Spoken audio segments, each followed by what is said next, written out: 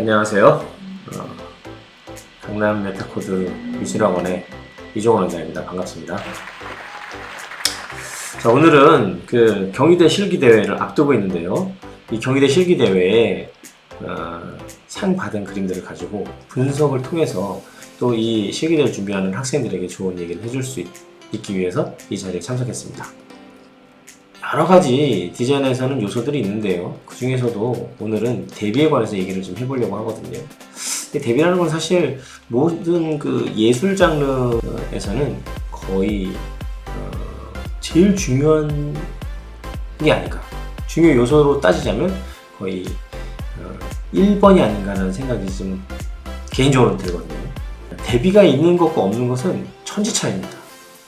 말 그대로 어떠한 그 충돌에 의해서 감정적으로 느껴지는 부분들이 시각적으로 굉장히 강하게 전달되는데 그런 부분들이 있는 것과 전혀 없는 것은 뭐 당연히 감동에서 차이가 많이 나겠죠.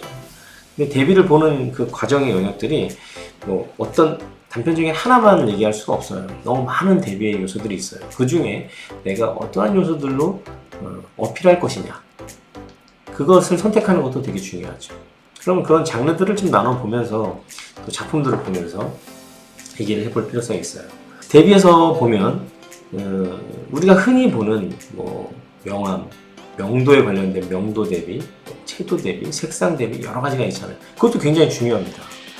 그런데 어떤 얘기를 하고 싶냐면 우리는 소재를 거의 한 가지 소재만을 가지고 이 시험을 보지 않잖아요. 시험 보는 과정 속에서는 두 가지 소재 또는 세 가지 소재 이렇게 소재들이 여러 가지가 나오게 됩니다. 근데 그 소재들을 봤을 때는 생각보다는 출제자가 상당히 의도하고 소재를 출제한다, 그렇게 해서 문제를 낸다 라고 생각하기가 아주 쉬워요. 당연한 얘기죠. 소재 자체가 형태가 좀 다르고 또 질감이 다르고 색상이 다르고 이렇게 다른 부분들끼리 같이 문제를 내는 경우들이 대다수죠. 그러니까 결국에는 심사위원들은 얘기를 하고 있는 거예요. 이 다음 소재들을 가지고 어떻게 대비를 만들어 갈 것이냐, 그 대비를 한번 보여줘라 라고 말만 안 했지 그 소재 문제지 안에 이미 준비되어서 나오고 있는 거죠. 그러면 이제 물론 대비 말고도 여러 가지 요소들이 있습니다. 근데 대비만 가지고 한번 보자 이거죠. 여러 가지 그림들을 한번 보면 쉽게 공통점을 찾아낼 수 있을 것 같아요. 자, 이 다음에 보이는 이 세 작품들은 2018년도, 17년도, 10년도 이 3년간 시험 봤던 실기대회의 그 대상 작품들입니다. 이 작품들을 잘 보시면 소재들이 이렇게 신발과 이 유리컵에 해당하는 그 장미 유리 향수병이죠. 이런 소재들끼리의 대비. 또 여기 실과 역시 질감이 다른 금속도 있고 유리도 있겠죠. 이 소재를 보시면 알겠지만 상당히 유리, 금속, 이 실 질감이 서로 다르고 있죠. 형태도 물론 유사성 있는 형태도 있지만 다른 형태고요. 여기서도 보면 이 미키마우스에 해당하는 물체들하고 그 다음에 질감이 다른 이런 형태의 질감, 또 금속에 관련된 질감, 서로 질감이 다른 소재들이 문제에 나오고 있어요. 그럼 결국에는 이 물체들을 서로 분리하고 떨어뜨려서가 아니라 서로 붙이고 겹쳐가면서 그 안에서 이질적인 대비들을 만드는 거죠. 핵심사항은 질감의 대비도 보여주고 거기에 색상, 고유색에 관련된 색상의 대비, 명도의 대비를 충돌시켜서 보여주는 것이 중요한데 그것이 조금 더 잘 보여지게 만들면 좋은 점수를 받기가 좋겠죠. 이 소재 질감에 대한 대비가 여기 이 유리와 이 나무 질감에 해당하는 거죠. 여기도 유리와 나무 질감에 해당하는 것이고 여기도 보면 금속과 이런 실에 관련된 질감의 대비 마찬가지로 물론 여기에 대비를 찾아서 얘기하자면 시점의 대비도 있어요. 그죠? 무슨 말이냐, 이런 시점과 이런 시점의 대비, 여기도 보면 이런 시점과 이런 시점의 대비, 또 여기도 보면 이런 시점과 이런 시점의 대비, 시점의 대비를 갖고 있죠. 여기도 이런 입체적인 물체에 대한 시점과 약간 평면적인 시점의 대비. 결국엔 그러면은 화면 안에서 우리는 어떤 걸 연출해서 강조를 하려고 해야 되냐면 대비를 만들어 주겠다. 서로 질감이 다르니까 질감의 대비들을 보여주겠다. 시점이 다르게 보여주겠다. 라는 처음부터의 기획이 잡혀 있어야 되는 거예요. 그냥 막연히 화면 안에다 내가 물체를 어느 위치에 어디를 넣어보겠다. 라는 것보단 일단 우선적으로는 대비를 보여주겠다. 어떠한 소재가 나올지는 아직 잘 모르지만 소재가 나오는 것에 맞춰서 대비라는 것을 의도적으로 보여주겠다. 그 중에 질감의 대비를 보여주겠다. 색상이나 명도의 대비를 보여주겠다. 또 시점의 대비를 보여주겠다. 라고 생각을 하고 마음가짐을 그렇게 두고 있어야 된다는 거죠. 물론 평소에도 그렇게 연습을 해야죠. 여러 가지 서로 다른 소재들끼리의 대비라는 개념 안에서 형태를 연출해 본다거나 아니면 일단 그 질감에서 나오는 여러 가지 속성들을 보여준다거나 하는 부분들이 우선 공부가 되어 있어야 된다는 거죠. 그 시험장 가서도 잊지 말아야 된다는 거예요. 아주 중요한 상황이죠. 그러면 우리가 이제 다음 그림들을 좀 하나씩 볼까요? 역시 마찬가지죠. 한 장씩 봤을 때 보면 대비에 해당하는 부분들이 잘 나와 있어요. 그죠? 이런 선의 방향들은 어떨까요? 선의 방향들도 마찬가지죠. 서로 공간을 분할하고 있지만 방향에 대한 대비들이 굉장히 중요하고 그것들이 잘 정리되어 있어야 돼요. 물론 대비를 준다고 해서 너무 많이 오버해서 왕창 주는 것보다는 필요한 만큼을 잘 주는 게 아주 중요하죠. 절제미 있게 대비를 주는 것이 아주 중요합니다. 이런 여기 여러 가지 속성을 보여주는 부분들도 있습니다. 하지만 중요한 것은 대비를 만들어주고 있다.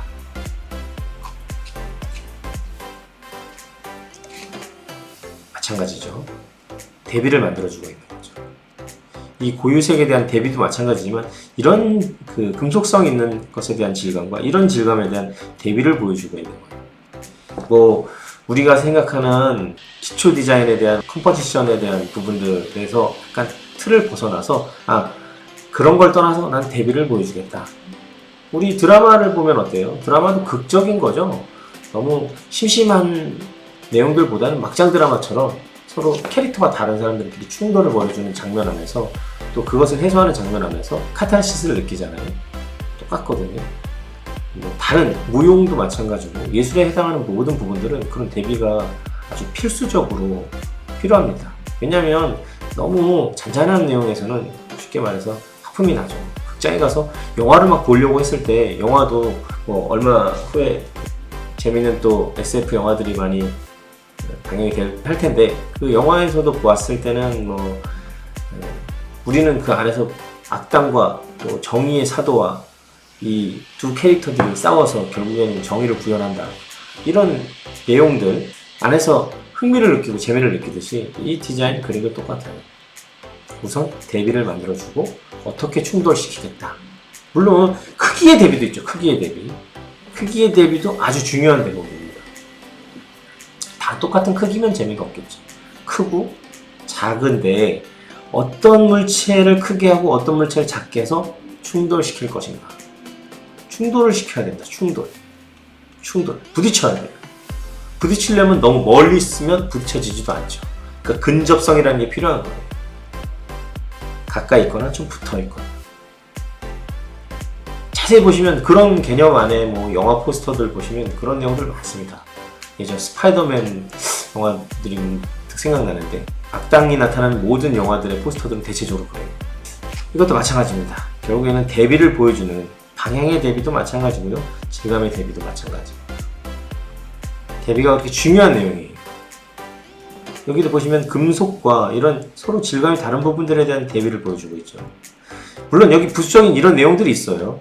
다른 포인트의 내용들도 있지만 우선적으로 주제 포인트 안에서 잘 봤을 때 이 물체와 이런 물체들은 같은 물체들끼리에서는 방향이나 공간 안에서 방향에 대한 대비를 보여주고 있는 반면에 서로 이질적인 물체들끼리는 충돌을 통해서 질감의 속성도 보여주고 명도의 대비도 보여주고 또 색상의 대비도 보여주죠.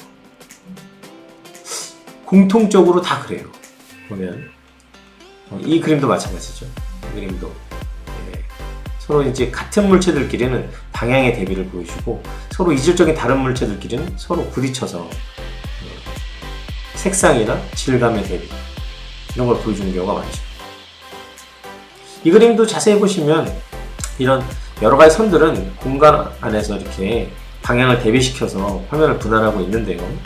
이 이질적인 물체들끼리는 너무 떨어져 있지 않고 붙어서 서로 질감의 대비를 보여주고 있죠.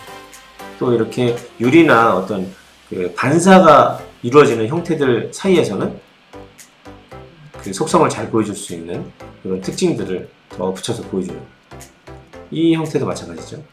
떨어져 있다기보다 붙어서 보이는 부분들이 많죠. 이런 특징들 보시면 어떠세요?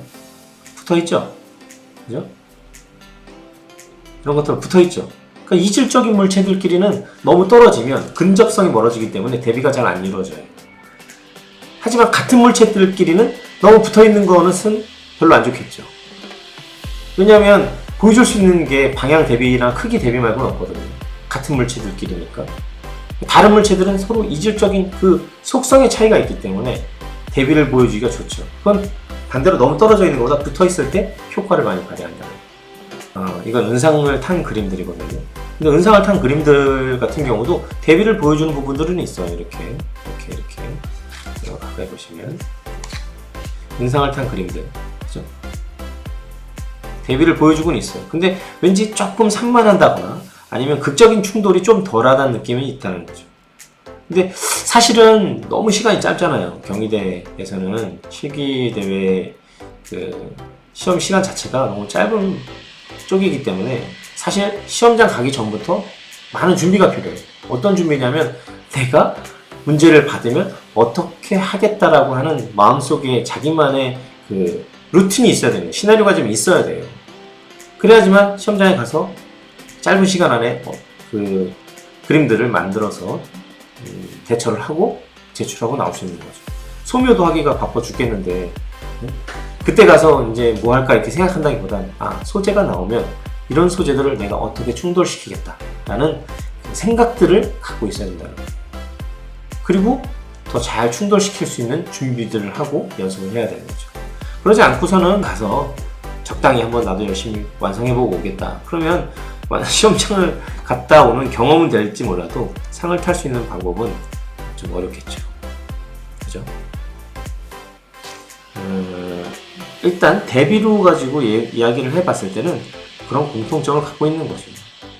여기 요 친구 같은 경우는 되게 좀 다르게 하나 대비를 만들어주는 같은 물체들끼리 해서 동질적인 물체들끼리에서는 서로 떨어져서 시점과 어떤 방향의 대비를 보여줄 수 있는 방법뿐이 없어요.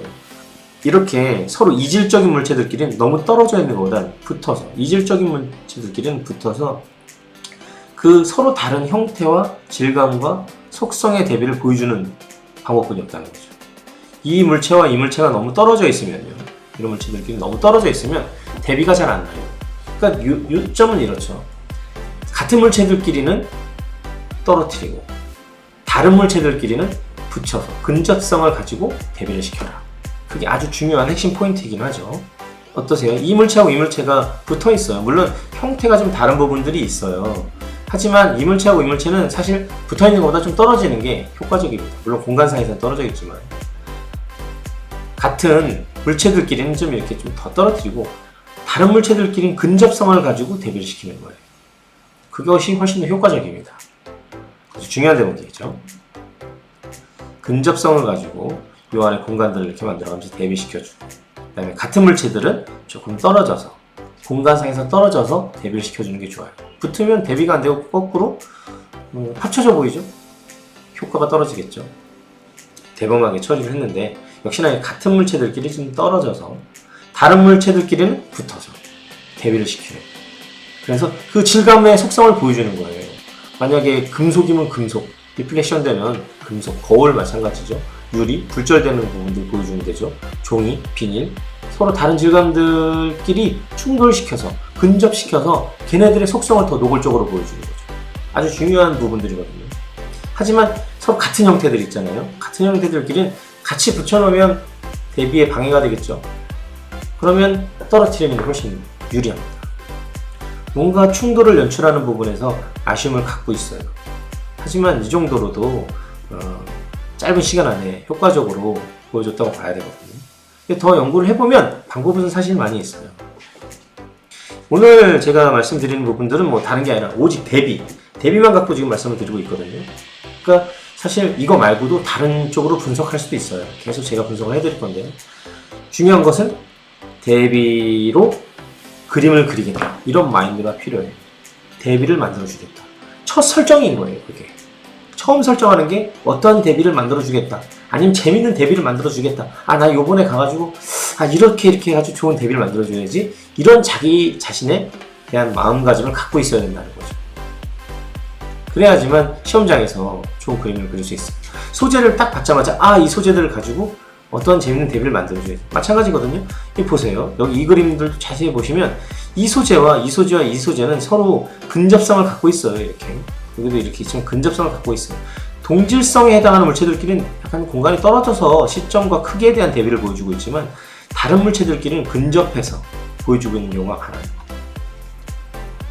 다른 물체들끼리 좀 떨어져서 보여주고 크기나 시점, 방향의 대비를 보여준다면 같은 물체들끼리는 그렇게 보여준다면 다른 물체들끼리 안에서는 이렇게 근접성을 가지고 서로 이질적인 대비를 만들어 가주는 것이 아주 중요한 부분이라고 볼 수 있습니다.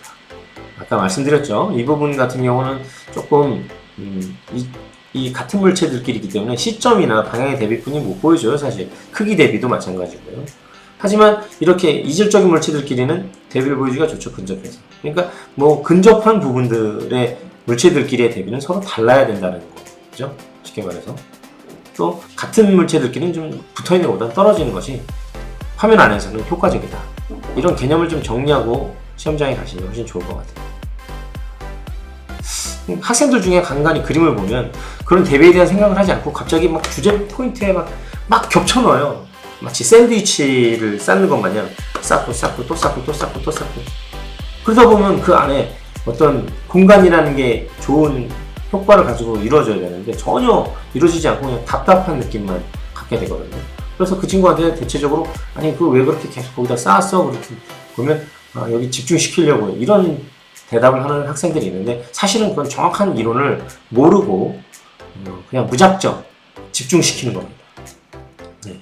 보통 지금 현재 그림들 중에 경희대 은상들 그림들까지만 봤거든요.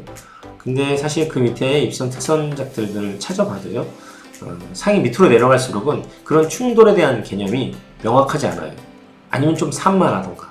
너무 과해서 너무 산만하게 많이 해가지고 화면이 정리가 안 돼서 열심히 그렸지만 큰 상을 받지 못하는 그런 그림들이 좀 많았고, 또 그 상을 아예 못 받은 학생들은 대다수가 이 4시간이라는 시간 안에 두 소묘와 디자인을 다 해결하는 능력 자체가 부족했던 경우들이 가장 우선순위였습니다. 그러면 입선이든 특선이든 조금 더 상을 잘 받고 싶다 그러면 처음에 손을 좀 빨리 그림을 그려서 빨리 그림을 그리는 능력이 향상된 친구들은 입선이나 특선을 받기가 쉬워지겠죠.